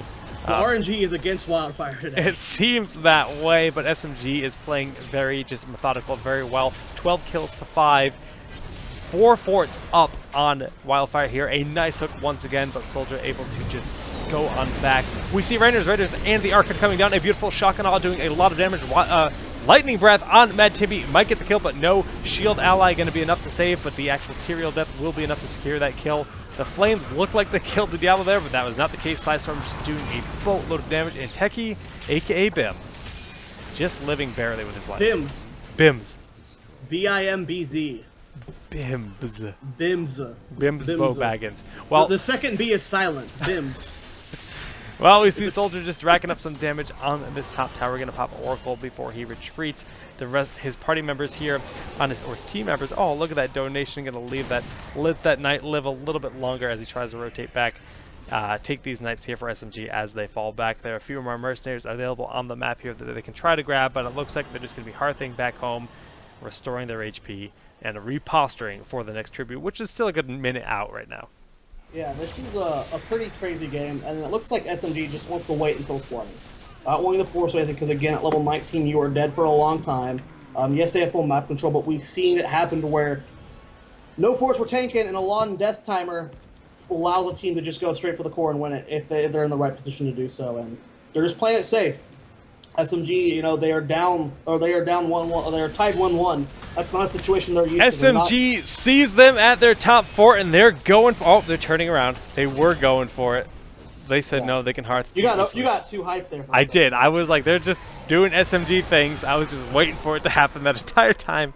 But opting to grab the knights instead. A change of heart because we see multiple members actually did hearth back because they expected SMG to do SMG things. Yeah, and when you're expecting SMG to do SMG things, SMG expects you to think that, and they don't. Oh, the giant actually gets hooked on out of here. Alley-oop, denying it for a little while here. Alley-oop. And this giant will fall slowly but surely as Dreadnought smacks its face once or twice. Nice hole, but once again, the debris are going to keep him alive. Shockanaut doing massive damage. We're going to see a Lightning Breath here in just a moment, but all the members of Symbiote going on in. Lightning Breath trying to do some work, but you can see Diablo, the little mini Diablo, has fallen here. SMG is on their final push. 50-second timers on 3 members, all 5 members of SMG at perfectly nice, healthy status, and they are going to take this series and advance to the grand finals. I don't know why they took Sanctification. Like, they probably were like, hey, Zoe doesn't believe in Lightning Breath, so let's go protect the Diablo comp and watch him kill everything. And I don't know. Every team fight, I just wasn't noticing Sank doing enough there to help. I would agree. I mean, that game, not as close as the first two. I mean, honestly, the Raynor actually paid off a lot. Raynor's Raiders were just doing a ton of work in pretty much every team fight. They weren't being focused down. They're not something you want to spend your time focusing on. And every time we saw the Diablos doing Lightning Breath, they were just pounding on him, just boom, boom, boom, you know, just annihilating his health pool, really. Can we do a quick interview with SMG before we go on break? Yes, that is cool with me. Why my mouse cursor is actually traveling through the monitor world as the hero's mouse cursor onto your face, I don't know, but it's amusing me, so I'm going to keep doing it. Okay, I'm going to add Dreadnought to the call right now. Yeah, to go back on that point, though, I think I really dislike the Sank pick. Like, the Lightning Breath, sure, you made it work, like, almost 2 games, but I don't know. I did not like it. Just Tyrael was getting evaporated every time just because of the combo they have with Divine Storm. You have the damage from Shock and Awe. It just... Oh, you need to add Red. Yeah, oh, yeah, I'm getting them. I don't know why Skype guys. Skype. Just been Skype out for, things. What, 10 years now. Just Skype things. Still, God, look at that guy. That's the smile of a winner right there. That's the smile of a winner with those diesel headphones. He looks like he's going to be using a chainsaw. They look like they have duct tape on. Driving a helicopter. I'm not sure what he does with those headphones, but... Oh, great. He's going PP real quick. Oh, goodness. Oh, goodness. Well, we are waiting for Dreadnought, guys. We're not going to throw a commercial. So let's talk about Tyrael real quick. We saw a Tyrael pick. I wasn't... Okay, here's Dreadnought. We'll get back to that later. So, Dreadnought... We're not like, I don't want to congratulate you for winning the match. Let's talk Lightning Breath right now. Okay. I went into the match extremely doubting it. Jake was like, okay, it might work. And then it did okay. I'm still not convinced it's the greater... Like, what are your guys' thoughts after going through that 3 games of Lightning Breath? Lightning Breath, it wasn't like it's a bad thing, and it isn't a bad spell. It's more like I wouldn't have attributed like the success of some of the games that they had to the Lightning Breath. It was more the beef of the squad, and because they all were able to be like very Bruiser-esque, like Stitches is one of the top damages in the game, especially with talents at level 1 and 4, and then at 16 it gets even harder. Like with Lightning Breath, they were able to take Chen, who's a decent bruiser, especially post 16 with the Q damage. Then they have the slam damage coming from the Stitches, and then you have the Lightning Breath coming in as well. And all three together means it's a squad with more CC than you, more health pool than you, and about as much damage. So I don't know if I would say that it was the Lightning Breath per se, but I definitely would say that it was like it's really unique and a really cool idea. It caught us off guard really bad. Yeah. Is that why you picked Raynor Game 3 over the Nova? Yes, because their team lacks damage, and we picked Nova, which has burst damage, which is shit, into 3 of them. They pretty much picked an anti-Nova composition, so we were like, okay, this is the thing. And then also, we didn't have any like sustained like solid damage that's single target, which is what you absolutely need against that composition. So then like one Raynor, like the first team fight you saw, they left Raynor alone, and it didn't matter. He was just like, I can right click, GG. He definitely stings in that. Okay. Another question. Game 3, we saw the Tyrael Sanctification. I mean, I expected it because of that's Pickle's playstyle, I guess, on Tyrael at least. Okay. Do I think it was a bad pickup? No. It was actually pretty smart. Kind of. I don't know. For their composition, I would not say that it was the brightest go-to, but it's not like nearly as bad as a lot of people make it out to be, I guess. Okay. I've always been a huge fan of it. When I first started playing, Tyrael was one of the first characters that I actually played a lot, and Sanctification was what I mained. I thought the Judgment was kind of meh. Okay. So you guys did drop a match there. Yes. You very rarely done. I think that's your 4th loss ever in a tournament, I believe. Yeah. Wow. Competitive loss. How did, like, going into Game 3, how was your guys' mindset? Because you guys weren't doing the money pig dance, man. You guys were in hard mode. It was time to get real. I would say it was, I don't know, like, we were reading some of the chat and saying that, like, our Rhaegar band, for instance, was, like, tilted, and, like, there was a couple other people that, like, made comments about us being tilted, and I would say it definitely isn't. That's one of the cool things about us is, I feel like even when we lose, we're pretty level-headed the whole time, and we just like to break down what we like to break down what we did wrong, and then it says, what can we do better about this? And then we only just make the micro changes necessary and then end up working out pretty well most of the time. Like Raynor, for instance. It wasn't like, oh my gosh, how are we going to win? It was like, it's just, I don't know, stay calm, because freaking out's the worst thing you can do. And definitely the Rhaegar was making plays with those ancestral healings. Especially oh my goodness, they were real. Destroyed us. They destroyed us. Yeah, it was 100% like just it essentially gave them 3 characters who have a lot of damage. Like Chen got 3 health pools: his real one, his triple, and then his actual one. Yeah. And then the ancestral healing's on a minute cooldown, so he can stay alive that long by himself. Then it's like you're gonna like, okay, they got ults down, let's re-engage. Boom, ancestral healing's still there. Chen ult's almost back up. Like good luck. Then you hit level 20, you've managed to kill him. He's got resurgence on top of it. Like there was no stopping him. Yeah. Okay, Jake, I mean, I went ham on questions. Jake, you got anything for him? Yeah, I mean, last night we were actually playing together, and we were talking about double warrior. How do you feel about triple warrior after playing it? I mean, you said supports have been nerfed, warriors have become a more prevalent thing here, but after seeing triple warrior, you think that's going to slowly shift and become the meta? I don't know if I would say it'll become the meta, but I think you'll see it become a viable strategy for sure. It is really heavily dependent on what damages the other like team takes, in my opinion. So for instance, the Nova was like, it just destroyed, absolutely wrecked us. And for instance, Tychus would be really good into it, and that's why they prioritized the first pick over Tychus. I think Tassadar is pretty solid into it as well, but Raynor is like really good into it, kind of Vala. So I think it depends on how many damages they have that are really good and how many aren't. Like for instance, Zagara, it would be the worst day in the world for Zagara, except for she kind of helps because she counters melees typically with Maw. Yeah. So it's like a 50-50. She's kind of like, if you get a really good Maw, then Zagara would counter it, but if you do it the other way around, then like Zagara's going to get smashed. Yeah. Well, I think big shout out. Go ahead. Yeah, big shout out to Wildfire. They have been gone for a while. This is their first tournament period since the Alpha came back online. I mean, they put up a good performance there. Again, like you said, catching you a little bit off guard. But you guys are going to the finals versus Team Liquid. We're not going to take any more time because I'm sure you want to talk with your team and stuff. Good luck in the finals, man. We'll be casting you guys versus Team Liquid. And, yeah, GG's. Yeah, good luck, man. GG's. All right, thanks for having me, guys. Bye. Just Yep, just going to rip him from this group here. Get Zoya's face back up front and center in your face.